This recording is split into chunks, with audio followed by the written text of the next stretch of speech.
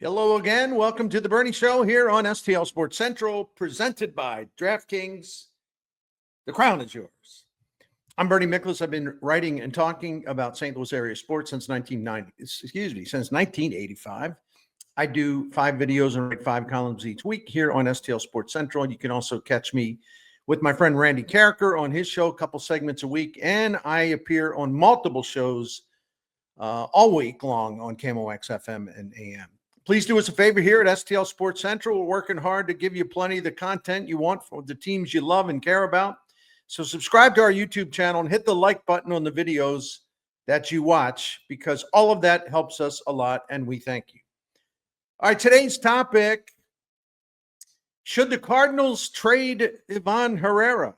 Should they even consider trading Iván Herrera? Well, you may wonder why I'm bringing this up. Well, the question was prompted by a note in The Athletic after discussing the obvious St. Louis trade piece candidates like Brendan Donovan and Lars Nootbaar. The Athletic added this, and I quote, "The Cardinals would prefer to keep Alec Burleson and Iván Herrera, but will field calls on the majority of the roster, including Nolan Gorman and Pedro Pages." Okay, that's interesting.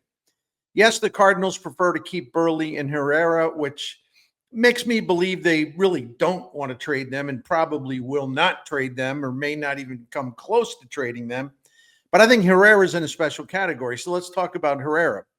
See, I don't believe they want to trade him, but the phrase, quote, "prefer to keep him," isn't as strong as saying they're keeping Iván Herrera no matter what and he's off limits. You see what I'm saying?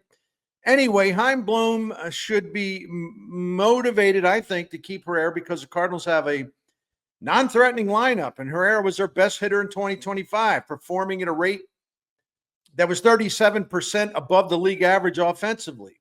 In addition, Herrera puts up thunderous numbers against left-handed pitching, which I'll tell you about in a little bit. So why am I dwelling on left-handed pitchers?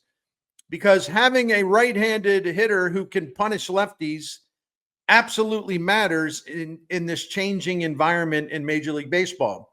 For several years now, left-handed pitchers have become increasingly effective at controlling hitters, including hitters who bat right-handed. And I don't want to bombard you with all kinds of numbers, and believe me, I got a lot of them, but I did the research, and you're just going to have to trust me on it. Right-handed hitters do not do the damage that they used to against left-handed pitchers. And this has been going on for a while now. The trend continues. So where does Iván Herrera, fit into all this? Well, over the last 2 seasons, he has blasted lefties for a .299 average, a .406 on base percentage, a .526 slug, and his OPS is .932.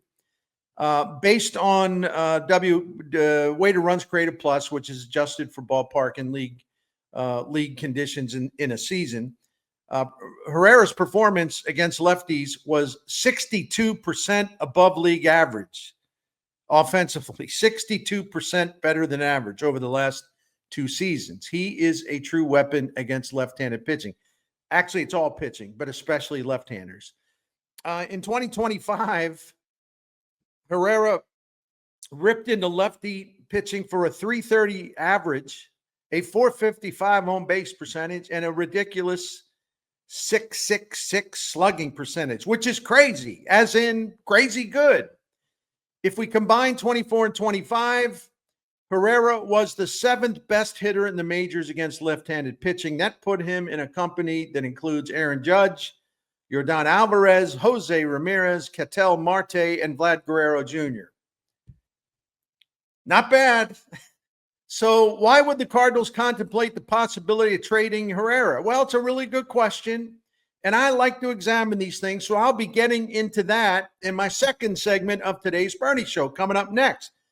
But first, an important message and update about DraftKings. Missouri, get ready. The wait is almost over. DraftKings Sportsbook, America's top-rated sportsbook app, is coming soon to the Show Me state. We're getting close. As I record this video today, the DraftKings launch in Missouri is only 16 days away. I can't wait. It'll be go time on December the 1st. So get ready for Missouri to become the Show Me the Money state on the very first day of December. Sorry about that. New Missouri customers can download the DraftKings Sportsbook app today, and when we go live, place just a $5 bet to unlock $300 in bonus bets. Starting November the 17th, that's 4 days from now, you can create your DraftKings Sportsbook account in Missouri and get ready for launch day on the 1st of December. DraftKings Sportsbook brings everything you need to elevate your game day experience, including live in-game betting, lightning fast payouts, a large variety of sports to choose from, an amazing number of ways for you to get into the action, and you can do it all right from your phone. It's a great app. It really is. And when DraftKings officially goes live in Missouri on the first day of December, you'll be betting with the Sportsbook app that is trusted by millions for many, many reasons, including it is safe, it is secure, it's got fast money withdrawals, and many other appealing features for you. So, all that in mind, download the DraftKings Sports app now and grab that $300 in bonus bets with just a $5 bet when we go live on the first day of December. Gambling problem? Call 1-800-GAMBLER. You must be 21 years old or older, physically present in Missouri. Eligibility restrictions apply. Bonus bets expire 7 days after being issued. Excludes customers who redeem pre-launch sign-up offer. Terms at sportsbook.draftkings.com/promos. All right, welcome back to segment number 2 of the Bernie Show, and please subscribe to our YouTube channel and hit that like button. Thanks again. All right, let's return to the question of the day. Would the Cardinals really consider trading Iván Herrera? Should they trade Iván Herrera? My answer is highly unlikely. I mean, you can never rule any damn thing out, right? But I say highly unlikely. I don't think that's going to happen unless Chaim Bloom receives an irresistible offer that would have to include an elite, cost-controlled starting pitcher that could anchor the St. Louis rotation for several years. That's where it starts, any offer for Herrera. But if we want to lay out some reasons why Bloom and the Cardinals should at least be open-minded to listening to teams that make a pitch for Herrera, this is the stuff I would put on the list, why they should listen. One, Herrera doesn't have a position. You know that. I know he wants to catch again. The Cardinals plan to give him that opportunity in 2026. Herrera had cleanup surgery on his right elbow after the 25 season. He believes he'll be able to improve his throwing strength to catch base stealers. We'll see. I'm a little skeptical. I love the guy, but I'm a little skeptical. Over the past 2 seasons, opponents have stolen 70 bases on Herrera, and they got caught only 4 times. I'm serious. I double-checked that. I knew that stat was right, but I'm like, I got to make sure here. Yeah, they were 70 for 74 in steal attempts against Herrera. You don't need me to tell you that's really bad. Sure, the Cardinals could try to move Herrera to another position, but hey, last season they made a half-hearted attempt at doing that. But the left field experiment in 2025 lasted 4 games and 31 innings. Big whoop, right? Maybe Herrera could pivot to first base if the Cardinals trade Wilson Contreras. But when a team is working on experiments to find a place for a hitter, a bat-first guy to play defense, well, where do we put him? Well, it makes you wonder if there is a place for him to play defense. 2, sure, Herrera can be used extensively at designated hitter, and in over 400 career plate appearances at DH, Herrera's got an OPS over 800, even though a lot of his home run power has surfaced, interestingly, when Herrera is used at catcher. Herrera's also made comments about he feels he's too young to be a full-time DH. I'm not going to knock him for saying that. If that's the way he feels, he's got pride. I respect his pride. But this is also true. If Herrera's number one value by far is hitting a baseball successfully and frequently and with great aplomb, well, that's what the DH position was created for. And if Herrera occupies DH, the other thing about it, if he does occupy DH, well, it'll close off opportunities for other hitters to be used there. So that's a minor consideration. But a guy like Nolan Gorman, for example, when he's been used as DH in his career, numbers are really good. Number 3 here, Herrera's going out of the lineup with multiple injuries, missing a total of 81 in-season days over the last 2 seasons because of troubles with his back, his knee, his hamstring. And that doesn't even include the elbow surgery. 4, the Cardinals have a deep supply of catchers with 3 potential stars, one of whom may become a big star. You never know. 3 catchers were ranked in Baseball America's updated top 10 list of Cardinals prospects that was released earlier this week. The exciting 18-year-old Rainiel Rodriguez was number 3 on their top prospect list behind Weatherholt and Doyle. Jimmy Crooks was number 8. Leonardo Bernal is at number 9. Bernal is so good defensively, and he's starting to hit well too, but he's so good defensively. He received the 2025 Gold Glove Award as the best defensive catcher in all of the minors. Rodriguez is still a teenager, but he's a phenom that has independent evaluators going bananas over his natural strength and power and hitting ability. Baseball America called Rodriguez, quote, one of the highest upside prospects in the game. And Baseball America said he could become an all-star level bat in the majors. And then Pedro Pages is still here, though he looms as an obvious trade candidate this offseason. See, the Cardinals are crowded at catcher, and it's going to be getting more crowded over the next couple seasons. The Cardinals would like to have Jimmy Crooks spend the 2026 season with them in the majors. Bernal is getting closer to St. Louis, and Rodriguez is already on a fast track. I think he played at 3 different levels last season. On the other hand, there are plenty of reasons, now that I've given you the reasons why you got to keep an open mind on this, maybe. On the other hand, a lot of reasons to shoot down the idea of trading Herrera, and that's what I'm going to dig into in my third and final segment. But first, gentlemen, it is motivation time, which means it's BlueChew time, which means it's time to get up and get fired up.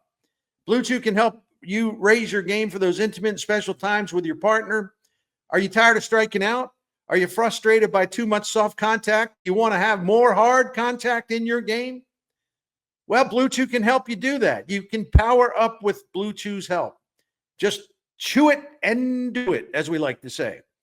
I know what BlueChew has done for me, and I'm 66, so that's why I'm happy to talk to you about at least trying to discover what BlueChew can do for you. And we're going to make it easy for you to do that. BlueChew is the original brand offering chewable tablets for enhanced performance.